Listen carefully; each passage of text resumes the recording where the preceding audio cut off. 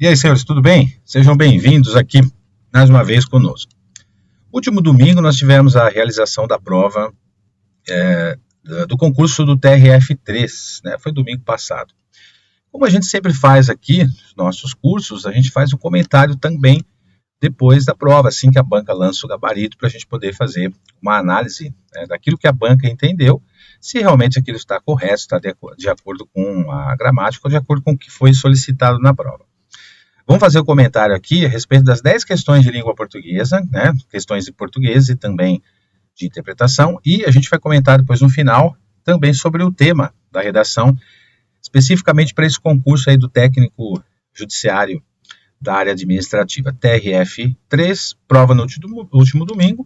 Se você não realizou essa prova e quer treinar, aproveitar esse vídeo aqui, então eu vou dar uma sugestão.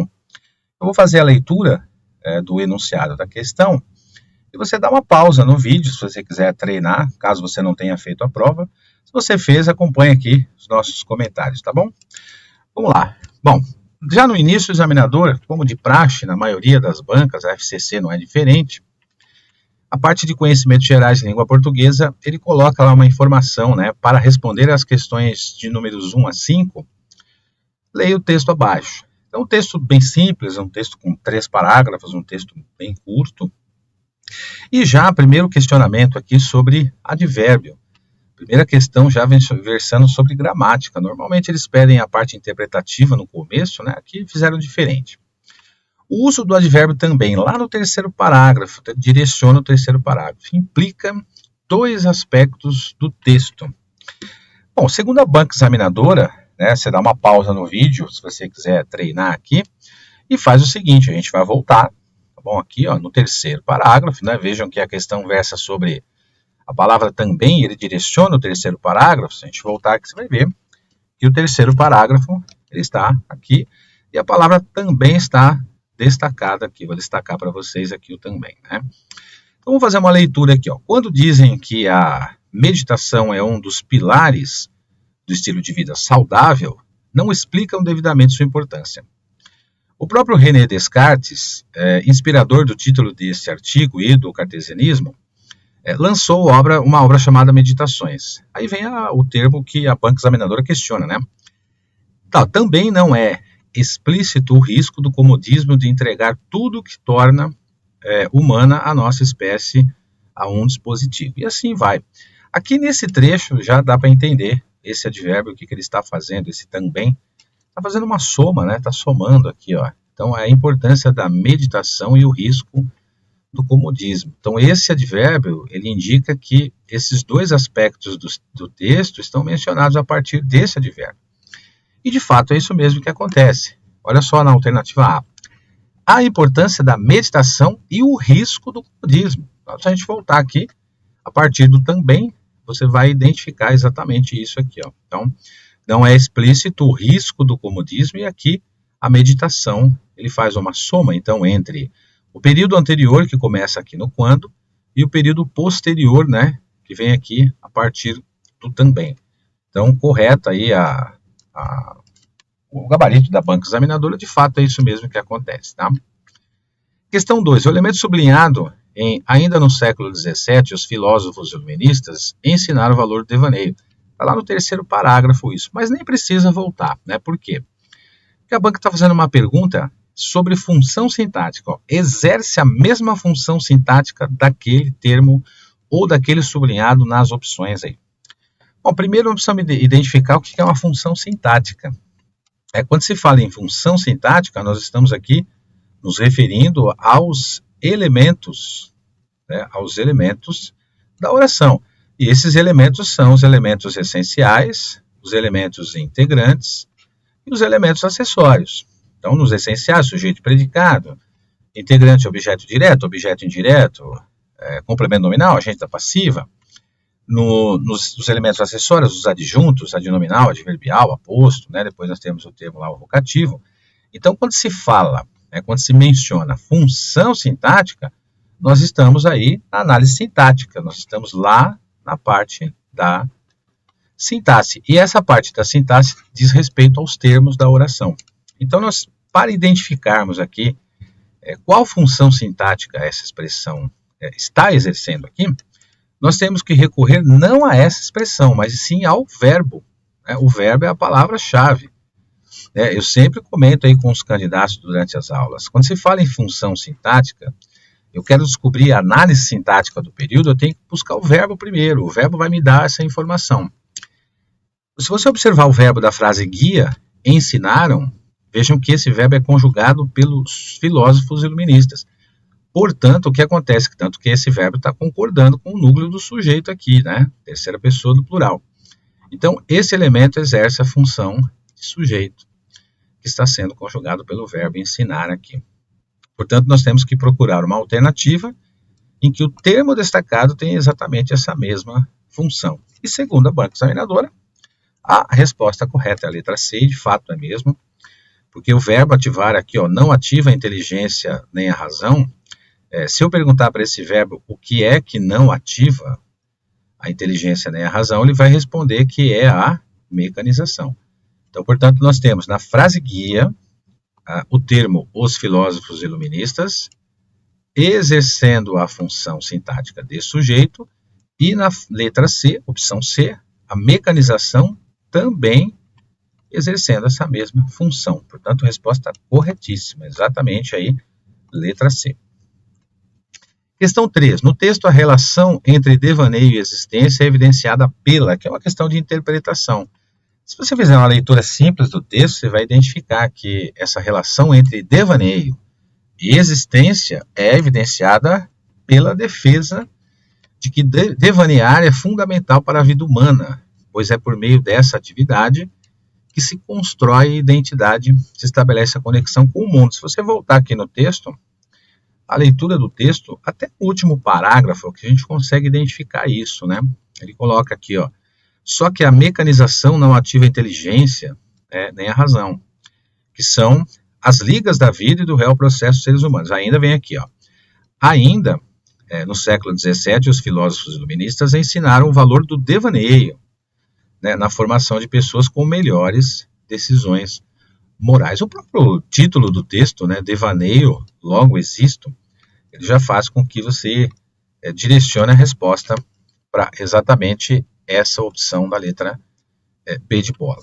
E se você fizer uma leitura mais aprofundada do texto, talvez perdendo aí 2 ou 3 minutos no máximo, você vai identificar que as outras respostas serão descartadas. Mas, de fato, a letra B tem a ver realmente com essa relação de devaneio. Questão 4 tem a ver com o sentido da palavra, né? Aqui não há muito segredo para responder esse tipo de questão, porque ele pergunta sobre o termo autoindulgência, que está lá no primeiro parágrafo, ele pode ser substituído sem prejuízo de sentido ao texto por, e aí numa questão de sentido, de significado, uma questão de sinônimo. E segundo o dicionário, até fiz uma verificação aqui do dicionário, autoindulgência, que significa uma tendência, né, a buscar desculpas para os seus próprios erros ou concordar com os seus próprios erros, tem como sinônimo a letra D de dado, que é autocomplacência. Inclusive o próprio dicionário, eu fiz uma pesquisa aqui, no próprio dicionário ele traz como sinônimo exatamente esse termo. Então, nitidamente a banca examinadora buscou isso lá no dicionário. Resposta da questão 4 correta aí. Questão 5. Ele dá um texto guia, né? A gente chama de texto guia, e ele predomina, aliás, ele faz a pergunta sobre uma figura de linguagem. Então, no texto guia diz assim: e o que é essa jornada, senão o próprio caminho do processo criativo, por onde estabelecemos nossa assinatura? E ele pergunta se predomina o texto acima, né, da seguinte figura de linguagem: antítese, anacoluto, hipérbole, metáfora ou personificação. Segundo a FCC, letra P de bola, e aqui eu vou trazer a explicação de cada uma delas para você identificar que realmente a letra D, aliás, a letra D de dado, né, e não B de bola. D de dado, a resposta da questão, a metáfora. O que é uma metáfora? Então, segundo a norma, a metáfora representa uma comparação de palavras com significados diferentes, cujo conectivo de comparação, como por exemplo, como ou tal qual, ele fica implícito, né? Ele fica subentendido. Se você fizer a leitura aí, mais uma vez aí do trecho, que é e o que é essa jornada, senão o próprio caminho do processo criativo, você vê que realmente tem uma predominância aí de metáfora. Agora, para a gente eliminar as outras opções, a antítese é o contrário, né? ela é o uso de termos e sentidos opostos, sentido contrário. Isso não é apresentado nesse trecho. O anacoluto é a mudança repentina na estrutura da frase. Não houve nenhuma mudança repentina total aí da estrutura do contexto. Então já eliminamos essa opção também. Hipérbole tem a ver com exagero. É uma figura de linguagem que corresponde ao exagero de uma ideia e ela é feita de forma intencional, né? Por exemplo, quando você diz assim, chorei rios de lágrimas, na verdade você não chorou rios de lágrimas, há uma hipérbole, um exagero. E por fim a personificação, também chamada de prosopopeia, que é a atribuição de qualidades e sentimentos humanos a objetos, né? Ou seres irracionais. Isso normalmente é muito colocado em textos poéticos, né? A casa estava viva, né? Por exemplo, né? O chão estava morto. Então você tem aí textos poéticos trazendo personificação. Então até por eliminação chegaríamos à resposta da questão. Na questão 6 ele traz um outro texto, é o Nascer da Terra, um texto com 3 parágrafos bem curtinho, né? Normalmente, provas de português da Fundação Carlos Chagas, os textos são longos, né? São desesperadores, então nesse caso não, foi um texto bem tranquilo. É uma questão sobre regência com o uso do pronome relativo, isso aí é exaustivamente comentado por todos nós, né? Aqui nas nossas aulas eu sempre comento que as bancas adoram esse tipo de questão. Olha a frase, ó. Quase todas as crenças religiosas desapareceriam com as escrituras em que foram expressas. Substitui adequadamente a expressão sublinhada.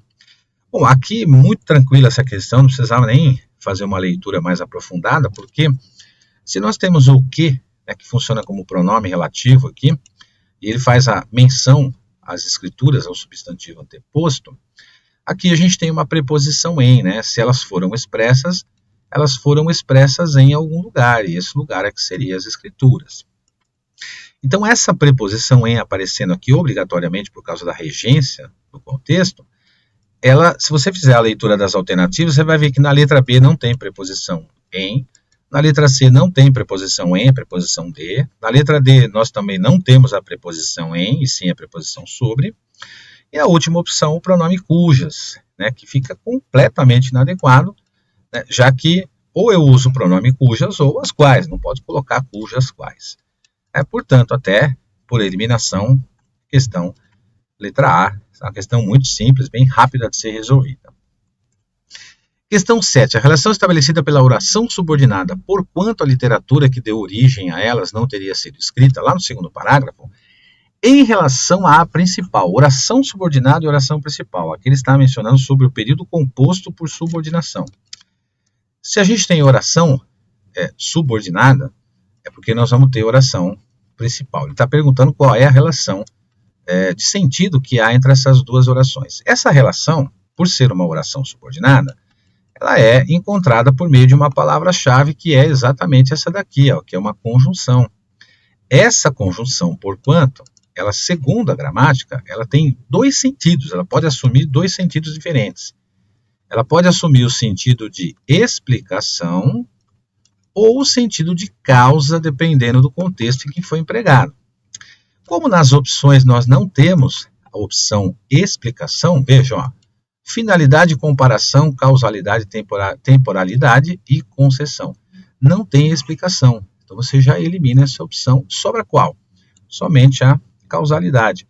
Então a conjunção porquanto, ela tem a função aí semântica, né, a função de sentido de causalidade. Uma questão também bem simples. Aí. Questão 8, aí já a questão voltando aí para a interpretação do texto bem curto, bem rápido de ser resolvido. O autor, ao discorrer sobre literatura, destaca como aspecto fundamental.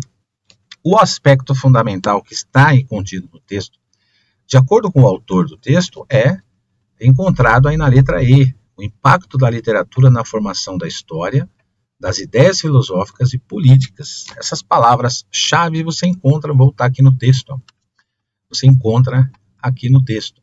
No começo aqui, quando ele coloca aqui, ó, imaginar um mundo sem literatura, sentiria falta dos livros nos aviões, por exemplo, livrarias, bibliotecas, etc.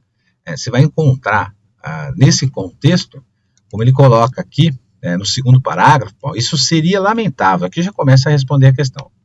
Tudo isso seria lamentável, mas arranha a superfície, seria perdida a literatura, tá, a palavra-chave lá, E se as histórias fossem contadas oralmente, né, não tivessem sido escritas, né, o mundo assim é quase impossível de imaginar. Com essas palavrinhas-chave aí nesse segundo parágrafo, nós conseguimos responder a questão aqui, que é o impacto da literatura na formação da história, também das ideias filosóficas e políticas. Questão 9. O principal contraste apresentado pelo autor decorre o contraste, né? O contraste ele decorre da diferença entre a escrita como forma de registro documental e a oralidade como meio de transmissão. No mesmo trecho aí que nós respondemos aí, no mesmo pedacinho aí respondeu a questão 8, também nós temos a 9. Tá aqui, ó. Ele começa aqui, ó. Tudo isso seria lamentável, mas arranha a superfície de que seria perdido da literatura nunca tivesse existido se as histórias não fossem contadas oralmente, está aqui a palavra-chave, e nunca tivessem sido escritas. Então aparece isso também nessa questão como opção de resposta, que é justamente a letra E. Então, muito simples, questão simples, fácil de responder. Por fim, questão 10, uma questão sobre classe de palavras, sobre análise morfológica. Livrarias e bibliotecas teriam espaço de sobra nas estantes no trecho acima. A classe gramatical da palavra sublinhada é um advérbio, uma conjunção, um adjetivo ou um verbo. Aqui é uma questão, gente, que dá para fazer por eliminação, né? Para ser um advérbio, ela teria que modificar o sentido de um outro advérbio ou de um adjetivo ou de um verbo. Fato que essa palavra sobra não está fazendo, não está atribuindo nenhuma circunstância, nem de modo, nem de intensidade, nem de dúvida, nem de certeza e assim por diante. Então, você já pode eliminar essa opção aqui. Ó. Segunda opção, conjunção. Não existe conjunção sobra, né? Elimina. Para ser adjetivo, teria que caracterizar algum substantivo, o que não está acontecendo aí na frase. E muito menos é um verbo, né? Porque ele não pode ser conjugado também. Então, só sobra a opção de substantivo, que é a resposta da questão. E aqui, para você identificar se é um substantivo, nós temos uma técnica que eu já até mostrei para vocês. Você pode jogar tudo fora, joga fora tudo que estiver antes da palavra que você quer saber e sobra nas estantes. E coloca um artigo anteposto. Ele está implícito. Então, quando você tem um artigo implícito ou explícito, ele é um determinante. Ele vai transformar a palavra pós-posta em um substantivo, como aconteceu aí. Essa é a última questão. Então, prova de português, não teve surpresa, tranquilo. A de redação, eles colocam aqui uma informação que inclusive consta no edital, e nessa informação ele traz lá no item 11.8, que é a prova de redação, deverão ser rigorosamente observados os limites mínimos de 20 e 30 linhas sob pena de perda de pontos a serem atribuídos à redação. Essa perda de pontos, nós não sabemos quantos pontos o candidato vai perder, mas o fato é que você deve fazer uma redação entre 20 e 30 linhas. Conforme o de praxe, o que normalmente acontece, as bancas examinadoras, a AFCC não é diferente, ela traz aí um texto motivador, que é esse texto 1 aí, que menciona sobre dados do IBGE, e traz um segundo texto também mencionando sobre o etarismo, sobre um fenômeno social complexo aí da atualidade. E aí faz o questionamento, considerando as ideias apresentadas nos trechos, aí nos itens 1 e 2 dos textos motivadores, para você desenvolver um texto dissertativo. Dissertativo, então, você vai emitir aqui a sua opinião, sempre levando em consideração a terceira pessoa. Argumentativo significa dizer que você vai defender a sua tese, a gente já comentou sobre isso, e um tema bem simples, etarismo e os estigmas associados ao envelhecimento. Então, com esses dois textos motivadores e mais esse tema da redação curtíssimo aqui, uma redação tranquila também para você fazer. Tá? Só uma observação aqui, nós tivemos no edital a previsão de questões de redação oficial, mas não aconteceu isso. Então a banca examinadora optou por não fazer nenhum questionamento de redação oficial. Portanto, o edital apresentou esse assunto, mas não fez o questionamento sobre redação oficial na parte específica, fazendo questionamentos sobre outros assuntos da parte de direito, noções de direito e tal, mas não caiu aí nenhuma questão de redação oficial. É isso, fechou, gente. Obrigado aí pela atenção, espero ter-los ajudado com essa análise. Prova fácil, tranquila, parte de português, tranquila, não teve surpresas. O banco examinador acertou aí, de acordo com o que foi questionado, estava no edital, tudo que foi questionado aqui, e também as alternativas corretas aí. Fechado? Valeu, gente. Abraço para vocês, bons estudos e até a próxima.